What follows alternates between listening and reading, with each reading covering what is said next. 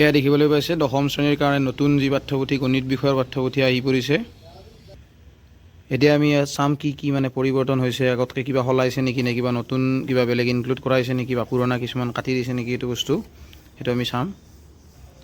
এয়া চাওক, আগৰ নিচিনাই ইয়াৰ চেপ্টাৰবিলাক টোটেল আগতে 15টা চেপ্টাৰ আছিল, এতিয়া 14টা চেপ্টাৰ হৈ গ'ল। এইটো দেখিবলৈ পাইছা সম্ভাৱিতা। ইয়াৰ প্ৰথম চেপ্টাৰটো আছে বাস্তৱ সংখ্যা, দ্বিতীয়টো আছে বহুপদ, তৃতীয়টো আছে দুটা চলকত ৰৈখিক সমীকৰণৰ জোৰ, চতুৰ্থটো দ্বিঘাত সমীকৰণ, পঞ্চমটো আছে সমান্তৰ প্ৰগতি, আৰু ষষ্ঠটো আছে ত্ৰিভুজ, সপ্তমটো স্থানাংক জ্যামিতি, অষ্টমটো ত্ৰিকোণমিতি, নৱমটোত আছে ত্ৰিকোণমিতিৰ কিছুমান প্ৰয়োগ, দশমটোত বৃত্ত। এতিয়া এটা কথা, ইয়াতে অংকন বুলি চেপ্টাৰ আছিলে, অংকন চেপ্টাৰটো ইয়াৰ পৰা গুচাই দিয়া হৈছে। আকৌ 11 নম্বৰত আছে বৃত্ত সম্বন্ধীয় কালি, 12 নম্বৰত পৃষ্ঠকলী আয়তন, আৰু 13 নম্বৰত পৰিসংখ্যা, আৰু 14 নম্বৰত আছে কি সম্ভাৱিতা।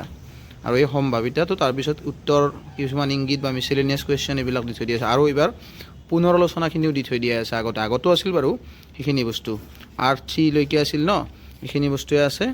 আৰু দুটামান নতুন এড কৰিছে, R4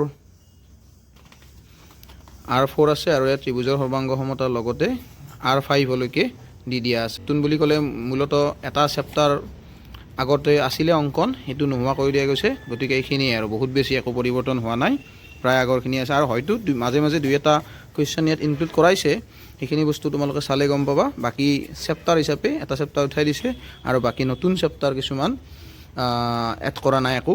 ইয়াতে কিছুমান কুৱেশ্যন এড কৰিছে, 1.1 ইয়াত কিছুমান কুৱেশ্যন কৰিছে, আগৰ কিতাপৰ লগত মিলাই চালে দেখা পাবা। এইখিনিয়ে পৰিৱৰ্তন, আৰু বহুত বেছি একো পৰিৱৰ্তন হোৱা নাই। গতিকে ধন্যবাদ। ভিডিঅ' চাই যদি ভাল লাগিল লাইক কৰিবা, আৰু কমেণ্ট কৰিবা, লগতে ভিডিঅ' শ্বেয়াৰো কৰিবা।